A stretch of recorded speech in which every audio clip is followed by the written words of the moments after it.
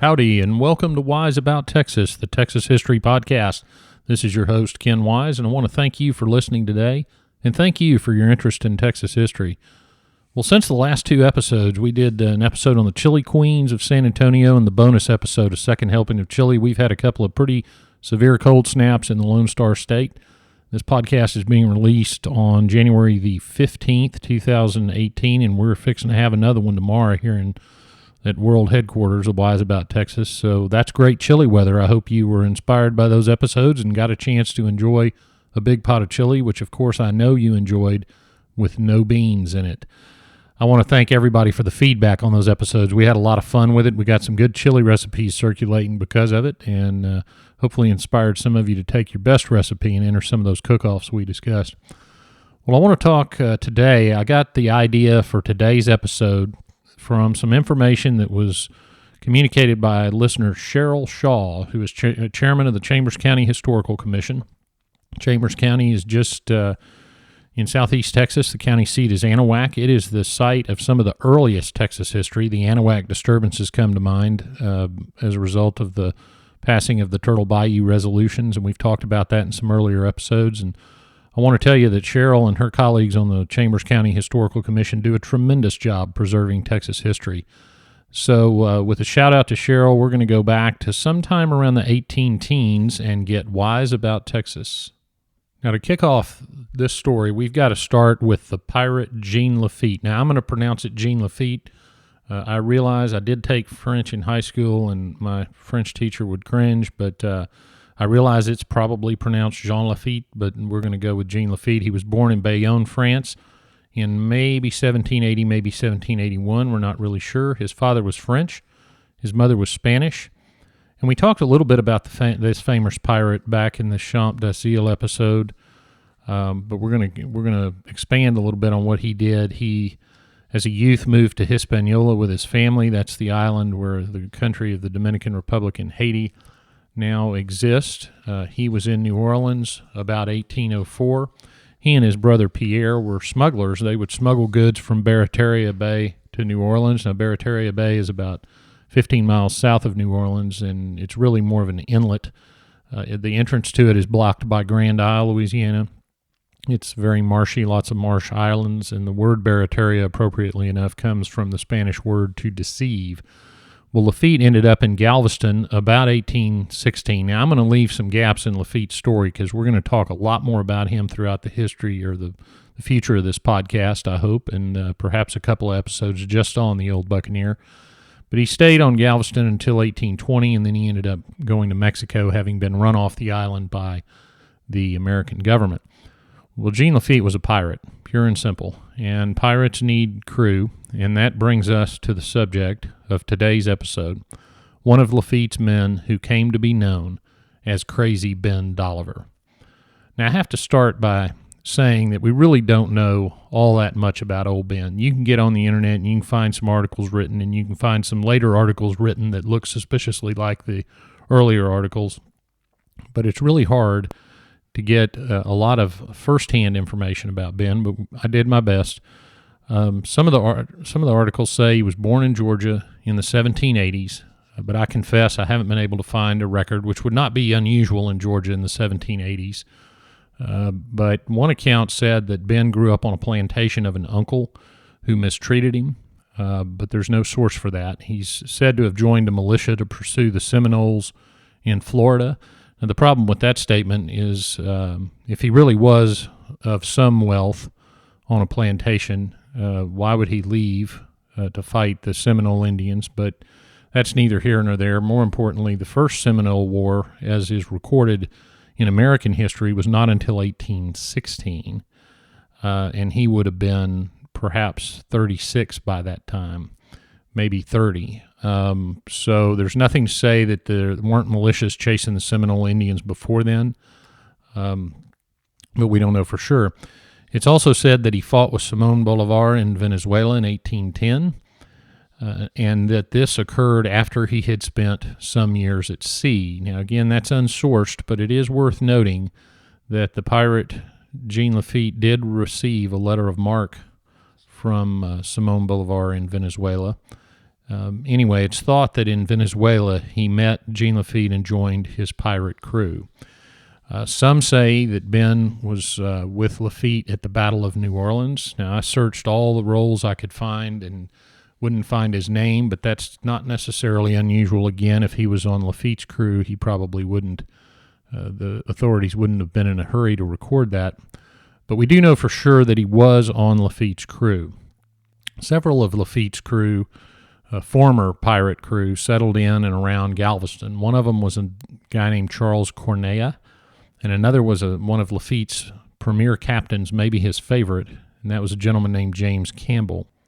And here's where Dolliver enters the picture.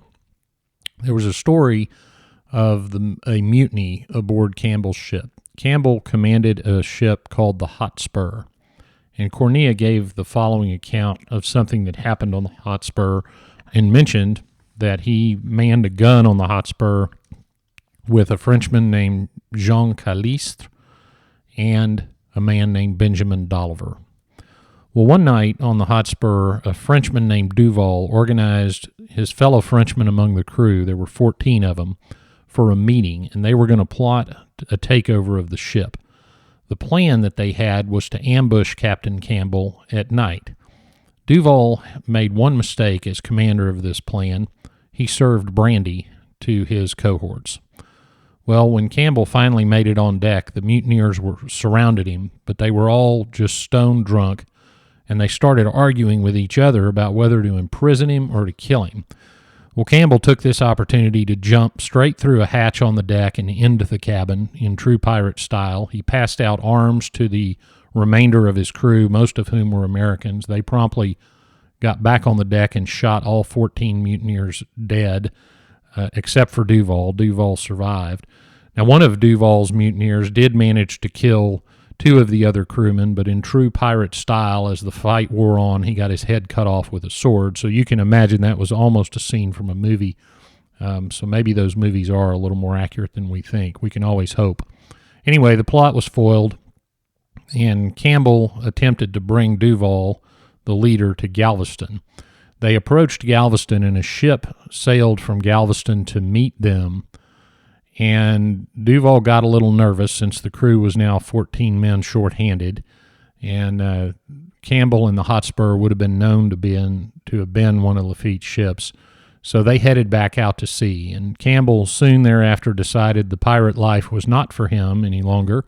So he sailed the Hotspur back to Louisiana, grounded her, and set her aflame, burning her and destroying the ship, and the crew was dismissed. Well, at this point, most of the men under Campbell seem to have drifted to New Orleans. Now, let me give you a little time period for this. This would have been after Lafitte had left Galveston. Lafitte went to Mexico and eventually died there, although that's a big question as to whether he died there at all or where he died or where he's buried. But he and his brother Pierre were down in Mexico. So his organization had largely, if not disbanded, sort of drifted apart. So Campbell would have been on his own to a large extent. So most of the crew, after Campbell scuttles the Hotspur, drift to New Orleans, but some came to Texas. Charles Cornea came back to Texas in 1835 and joined the Texas Army and fought in the Revolution. As a matter of fact, he was part of the rear guard at the Battle of San Jacinto. Those are the men that guarded the baggage and took care of the sick on Morgan's Point. He lived in Galveston until at least 1909 because he was interviewed in both 1893 and 1909. So that was Charles Cornea. But what about his shipmate, Ben Dolliver? Well, Dolliver spent some time in New Orleans, we know, because there is a description of him in a New Orleans newspaper from 1847, and he's described as a, quote, little weather-beaten man. The paper went on to describe that his face resembled a mahogany wood carving, and that his nose was sharp and crooked and could have served as a boat hook. He's said to have had gray eyes and a matching gray beard. And one important feature on Ben's face was a 6-inch saber scar from his right eye to his right ear. And many said that it was the blow from this saber, whenever it may have occurred, that caused Ben Dolliver to be a little crazy.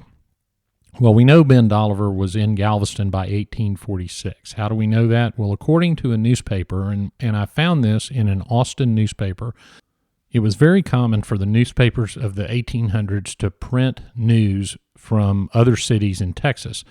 And so an Austin newspaper printed some accounts of how Galveston was doing, and they said that Galveston was kind of a not-so-nice place to live because of the following crime report. And they talked about a couple of crimes, but then it says on September 10th, 1846, that Ben Dolliver was sent to jail for drunkenness. Now, the odds of two Ben Dollivers being in Galveston at the same time in 1846 are pretty low, but Dolliver spelled his name with two L's, or at least history spells it with two L's, and it was spelled with two L's in that newspaper. So I think that it is likely that on September 10th, 1846, Ben Dolliver was indeed sent to jail in Galveston for drunkenness. So the New Orleans account of Ben's description was 1847. The Galveston account of his arrest was 1846. So where was he? Well, we're not sure. New Orleans could have been describing him from way back. In 1847, he could have already been in Galveston. Or perhaps he went back and forth. I think it's most likely that the New Orleans paper was describing him from a time when he had been in New Orleans, but he had since moved. That's probably the most likely scenario. Anyway, Ben was known to be fond of his liquor, and it is said that he was absolutely crazy when he was drunk, that he would wander around, that he would rant about pirate adventures and pirate ships and chests of gold and would make no sense. So they started calling him Crazy Ben Dolliver. Well, someone else that had settled in Galveston was the former captain, James Campbell, commander of the Hotspur during that mutiny. He had settled on the north shore of Galveston Bay, just south of Texas City, near a lake called Swan Lake, and it's still called Swan Lake today. It's actually part of the bay. In fact, there is a Campbell's Bayou in that area, and that is named for James Campbell. And Campbell apparently would take care of Crazy Ben when Ben went on an extended bender, pun intended. Campbell would take him home across the bay and let him recover at his ranch. Well, that's all well and good, the old Lafitte crew taking care of each other, but what's so interesting about Crazy Ben Dolliver? Well, first, Ben Dolliver was one of the toughest people you will ever hear of. He lived on the north shore of Galveston Island, on the beach west of the town, in a wooden lean-to that was said to be insulated with sailcloths, and I think really what that means is covered with sailcloths. The citizens of town would report seeing him swim for miles in the bay, and not only in the summer, but also in the freezing winter. He would fish in the bay for his food, and I mentioned his lean-to was covered with sailcloth, but it was noted in one story that it was open to the north and the south winds. Now, that'd make a lot of sense in the summertime, but not in the winter. Apparently, he didn't close it in the winter. Ben never wore shoes. He walked all over the island barefoot, and he never really wore a shirt very much. He kept his pants up with an old piece of sail rope, so Ben must have been quite the sight. Ben told this story himself. He once told Captain Campbell, and Captain Campbell relayed this many, many years later. He told Campbell that he was riding once in the Nueces River bottomland. Now, that would have been down in South Texas toward Corpus. And supposedly he was riding to the ranch of an ex-pirate buddy. The river had flooded. He rode as much as he could through the water, finally made it to an island. He said the island was infested with every wolf and rattlesnake in the area because it was the only dry ground. A norther then blew in, and Ben realized he was in trouble. So he laid his horse down, cut his horse open and gutted him, and slept in the carcass, where he could remain warm. Ben claims that he slept 1 or 2 days that way, and he woke up when a buzzard was pecking at his feet, telling him it was time to go. Now, do we know if that story's true? Of course we don't, but I sure hope it is. It's a good story, and you can imagine the old pirate telling it. Somebody in Galveston once asked Crazy Ben how he could possibly stay warm and dry in the bad weather when he had no visible means of support and not much for a home. And he said the following, and this is supposedly a quote. In 10 minutes, I can dig a hole on the lee side of a sand hill, cover it with grass and bushes, and have a place where I can spend the night and be happier than any of the town gentlemen in their fine houses." Close quote. Well, you can say two things about that. Number one, Ben was probably crazy. And number two, he certainly had simple tastes, if he had any taste at all. But there was one more thing about Ben Dolliver that set him apart from the old pirates who had come to Galveston and set up a trade. As I mentioned, several of Lafitte's former crew had ended up in Galveston. Campbell, most notably, had become a fairly prosperous rancher on the north shore of the bay. A guy named Lambert, John Lambert, had become a butcher in Galveston.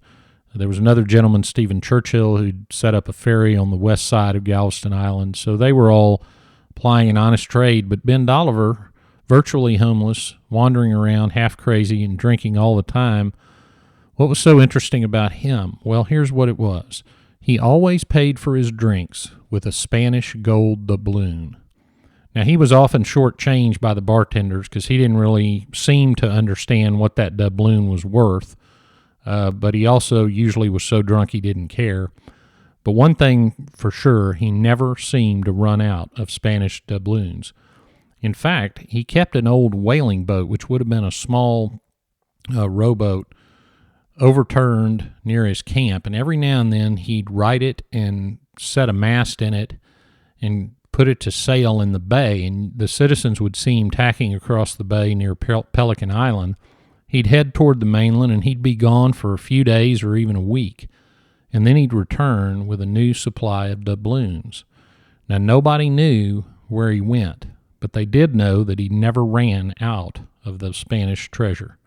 Of course, they asked him where he got the coins, and here's what Ben Dolliver would reportedly say. He'd say, quote, that I gets them from a big sea chest in the Hotspur's bilge, close quote, which, of course, we know it couldn't be true because his former ship, the Hotspur, was burned.